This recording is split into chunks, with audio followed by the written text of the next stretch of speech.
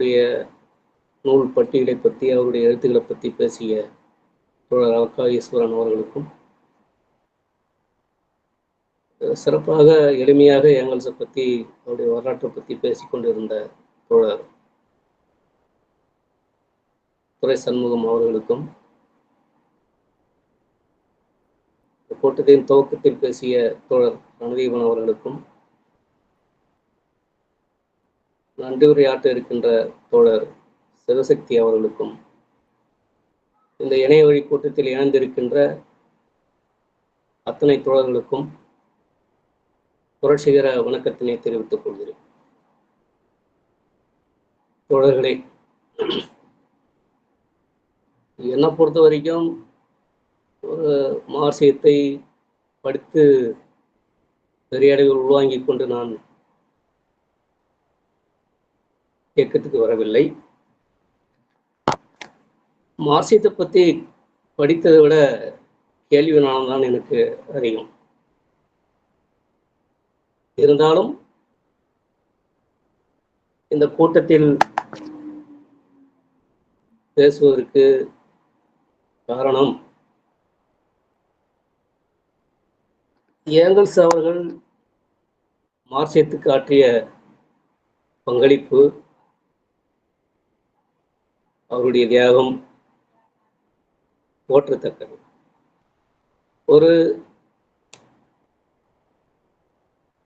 முதலாளி வர்க்க குடும்பத்தில் பிறந்திருந்தாலும் அவர் இளம் வயதிலே முதலாளி வர்க்கத்தை பற்றி சிந்தித்த தோழர். 24 வயதில் இங்கிலாந்தில் தொழிலாளி வர்க்கத்தின் நிலைமை என்ற நூலில் அவர் தொழிலாளி வர்க்கத்தை பற்றி முதலில் எழுதினார். அப்பொழுது அவர் மார்க்ஸோடு அறிமுகமாகவில்லை. இந்த நூலின் மூலமாக தான் மார்க்ஸோடு அறிமுகமாகிறார். தொடர்ந்து அவர் தன்னுடைய வாழ்நிலையை துறந்து பாட்டாளி வர்க்கத்துக்காக அல்லும் பகலாக மார்க்ஸுக்கு இணையாக, மார்க்ஸுக்கு துணையாக மிக பெரும் பங்காற்றியிருக்கின்றார். அவருடைய எழுத்துக்களில் என்றுமே தன்னை முதன்மைப்படுத்திக் கொண்டது கிடையாது. அவர் ஆற்றிய பங்களிப்பு, தத்துவத்தில் அவர் ஆற்றிய பங்களிப்பு என்பது மிக சிறப்பானது. இன்னும் சொல்ல போனால் மார்க்ஸும் ஏங்கல்ஸும் மார்க்சியத்தில் வேலை பிரிவினை போல அவர்கள் செயல்பட்டார்கள். தோழர்கள், முன்னால் பேசிய தோழர்கள் எல்லாம் டூரிங்க்கு மறுப்பு, அதாவது டூரிங்க்கு எதிர்ப்பு, இயற்கையின் இயக்கவியல், குடும்பம் தனிச்சொத்து ஆகியவற்றின் தோற்றம் போன்ற நூல்கள் எல்லாம் அவருடைய ஆக்கங்களை பற்றி சொன்னார்கள். உண்மையில் டூரிங்க்கு மறுப்பு என்ற நூல் என்பது மார்க்ஸ் மூலதனத்தை எழுதி கொண்டிருக்கின்ற நேரத்தில் மார்க்சியத்துக்கு எதிரான கருத்துக்களை ஜெர்மனியில் பரப்பிய அந்த டூரிங்க்கு எதிராக எழுத வேண்டிய அவசியத்தின் காரணமாக ஏங்கல்ஸ் இதை எழுதினார் என்று அவரே குறிப்பிடுகிறார். அதேபோல் அவருடைய இயற்கையின் இயக்கவியல் நூல் என்பது மிக சிறந்த மார்க்சிய பங்களிப்பாகும். எனக்கு முன்னால் அதாவது மனித உயிரினங்களுடைய வளர்ச்சி, தோற்றம் பற்றி டார்வினுடைய கருத்து ஆரம்பத்தில் கவர்ந்திருந்தாலும் அவர் உயிரினங்கள் தோன்றிய பற்றி, குறையிலிருந்து மனிதன் வந்ததை பற்றியெல்லாம் அவர் பேசியிருப்பார். ஆனால் ஒரு சில உயிரிலிருந்து தோன்றியது அப்படிங்கிற விஷயத்துக்கு தாண்டி ஒரு சில உயிரை எல்லாம் தோன்றி வளர்ந்து வந்தது என்று சொல்லும்போது ஒரு சில உயிர் எப்படி தோன்றியதுங்கிற கருத்து எனக்குள்ளே ஒரு கேள்வி இருந்துட்டு இருந்தது. அந்த ஒரு சில உயிர் எங்கிருந்து வந்தது அப்படிங்கிற ஒரு கருத்து, அந்த கேள்வி உள்ளுக்குள்ள இருந்தது. ஆனால் ஏங்கல்ஸுடைய இயற்கையின் இயக்கவியல் நூலில் அவர் அதை குறிப்பிட்டிருக்கார். உயிர் எப்படி தோன்றுகிறது என்று முதல் சொன்னது ஏங்கல்ஸ் தான், டார்வின் இல்லை. அதாவது இயற்கையின் இயக்கவியல், அதில் அவர் என்ன சொல்லியிருக்காருன்னா, புரத பொருட்களுடைய இருத்தலின் பங்கே உயிர் அப்படின்னு சொல்றாரு. உயிரற்ற பொருளிலிருந்து உயிர் தோன்றுகிறது, ஒன்றிலிருந்து ஒன்று தோன்றுகிறது என்ற இயக்கவியல் அந்த கோட்பாட்டை அவர் புரதம் என்பது உயிர் உருவாக்குறதுனா காரணம். டார்வின் பொறுத்த வரைக்கும் அவர் அந்த ஒரு செல் உயிரிடம் துவங்கினார். அவரு பொருள்முதல்வாதி அல்ல. அவர் என்ன சொல்ல போனா, இந்த மார்க்ஸ் எழுதிய மூலதனத்தை டார்வினுக்கு சமர்ப்பணம் என்று சொல்லும் போது அவர் அதை ஏற்றுக்கொள்ளவில்லை. ஆகவே அவரு டார்வின் பரிணாம வளர்ச்சி பற்றி சொல்லியிருந்தாலும் ஒரு செல் உயிரிலிருந்து துவங்கினார். ஆனால் முதல் உயிர் பற்றியான விளக்கத்தை கொடுத்தது ஏங்கல்ஸ் தான். இந்த இயற்கையின் இயக்கவியல் என்பது 19ஆம் நூற்றாண்டினுடைய பாதியில் உருவான விஞ்ஞான கருத்துகள், இயற்கை விஞ்ஞானங்கள், அவைகள் ஆற்றிய பங்களிப்பு, அதையெல்லாம் கணக்கில் எடுத்துக்கொண்டு விஞ்ஞானிகளுக்கே அவர் அறைகுள் விட்டார். இயக்கவியலை அதில் பொருத்த வேண்டும் என்று அவர் வலியுறுத்தினார். அந்த அளவுக்கு மார்க்சியத்தின் மீது தொடுக்கப்பட்ட தாக்குதல், மார்க்சுக்கு எதிரான கருத்துகள் அனைத்தையும் அவர் முறியடித்தார். மார்க்ஸ் பொருளாதாரம், வரலாறு போன்ற விஷயங்களில் அவர் அதிகமான கவனம் செலுத்தும் பொழுது தத்துவத்துறையில் ஏங்கல்ஸ் பங்காற்றி இருக்கிறார், மிகப்பெரிய பங்காற்றி இருக்கிறார். அந்த வகையில் தான் இந்த இயற்கை இயக்கவியல், டூரிங் மறுப்பு, அரசு, குடும்பம், அரசு, தனி சொத்து ஆகியவற்றின் தோற்றம், இதெல்லாம் அவர் நமக்கு அளித்த பங்களிப்பு.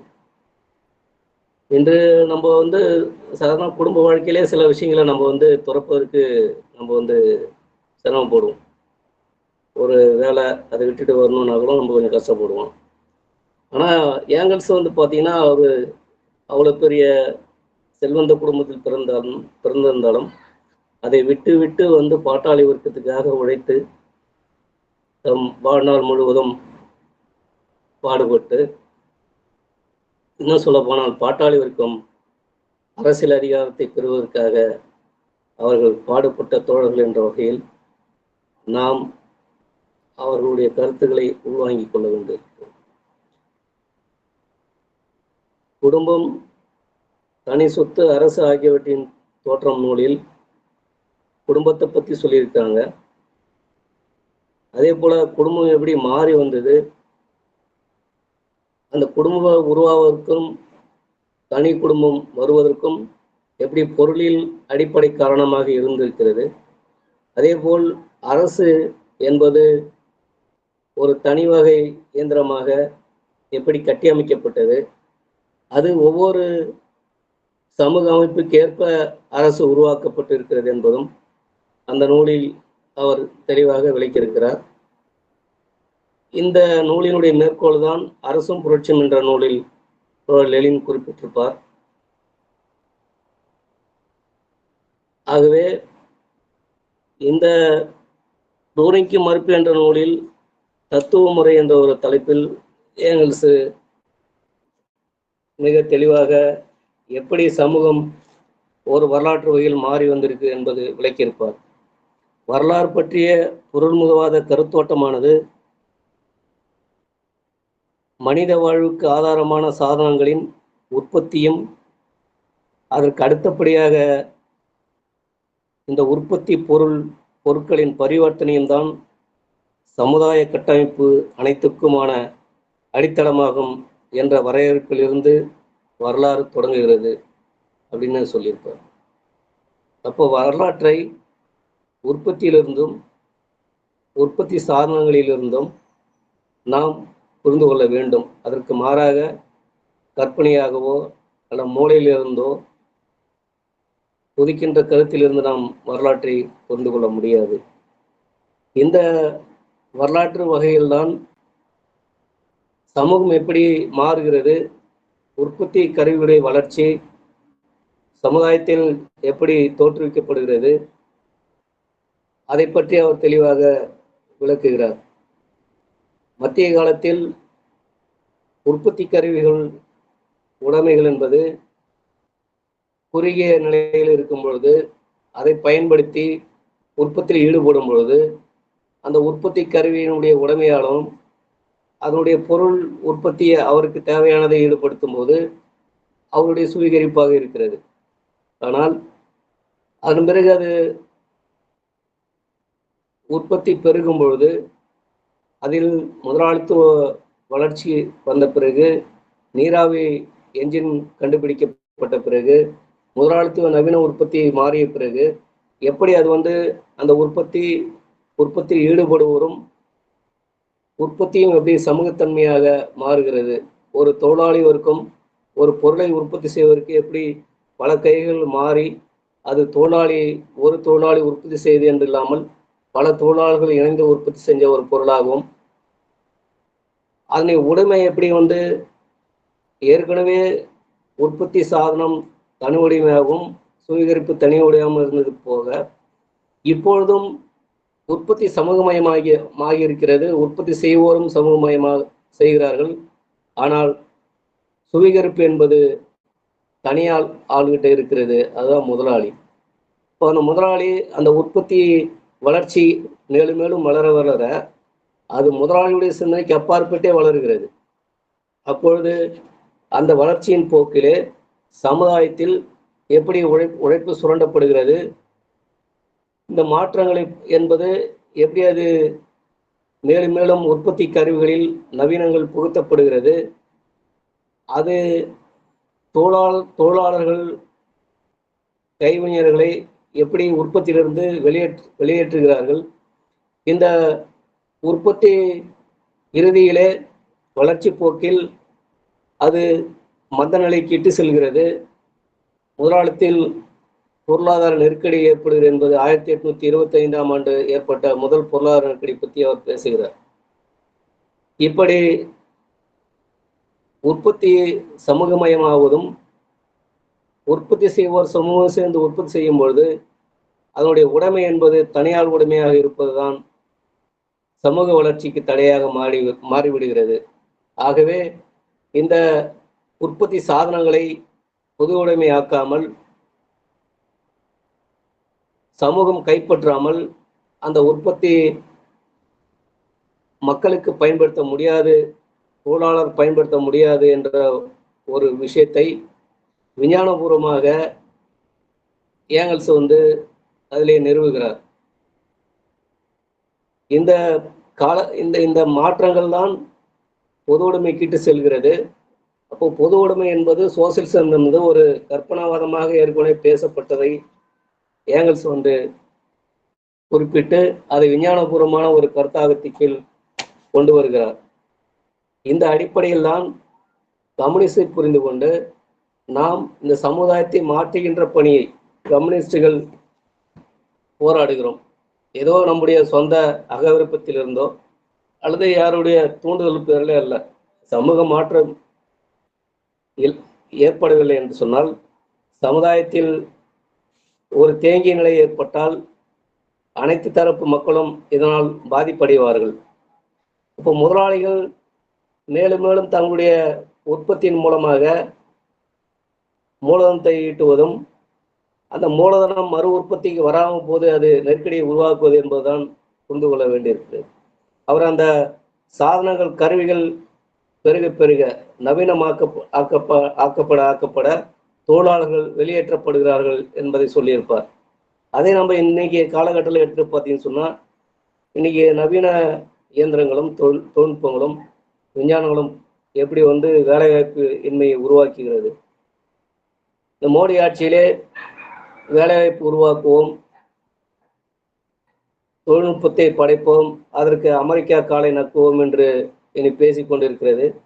ஆனால் இந்தியாவில் தொழிலாளருடைய நிலைமை என்ன, உழைக்க மக்களுடைய நிலைமை என்ன என்பதை பார்க்கும் பொழுது மிக மோசமான நிலைமையில் இருக்கிறது. தொழிலாளர்களுடைய வேலை வாய்ப்பு முந்தைய ஆண்டுகளை விட மிக மோசமாக இருக்கிறது. ஒரு புள்ளிவிவரம் சொல்ல வேண்டும் சொன்னால், இந்த 2005ஆம் ஆண்டு, அதாவது எஸ்பிஐ 1790 பேரை தான் வேலைக்கு அமர்த்தியிருக்கு. இதே கடந்த ஆண்டு 10,660 பேரை வேலைக்கு அமர்த்தியிருக்கு. இப்படி வேலை வாய்ப்பு குறைவதற்கு காரணம் அனைத்து துறையிலும் டிஜிட்டல் என்ற முறையை உருவாக்குவது, நவீனங்களை புகுத்துவது, இதன் மூலமாக வேலைவாய்ப்பு பறிபோகிறது. நாட்டிலே மிகப்பெரிய முரண்பாடுகள் நிலவுகிறது. இதைதான் ஏங்கல்ஸ் அவர் காலத்தில் இந்த உற்பத்திக்கும் சுவீகரிக்கும் உற்பத்தி பொருளுக்கும் பரிவர்த்தனைக்கும் இடையிலான இந்த முரண்பாடு சமுதாயத்தில் கூர்மையான முரண்பாடு உருவாக்குகிறது. இந்த முரண்பாட்டை தீர்வு காணுவதுதான் புரட்சி என்ற அடிப்படையில் அவர் அதில் அந்த நூலிலே விளக்கியிருப்பார்.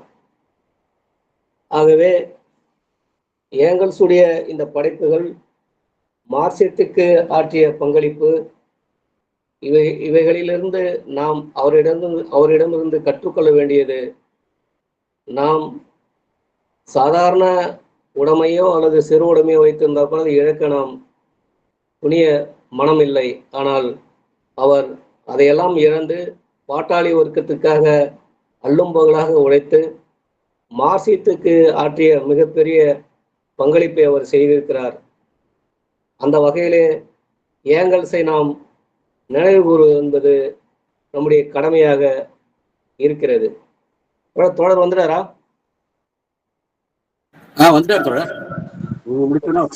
வந்துட்டாரு, நீங்க முடிங்க.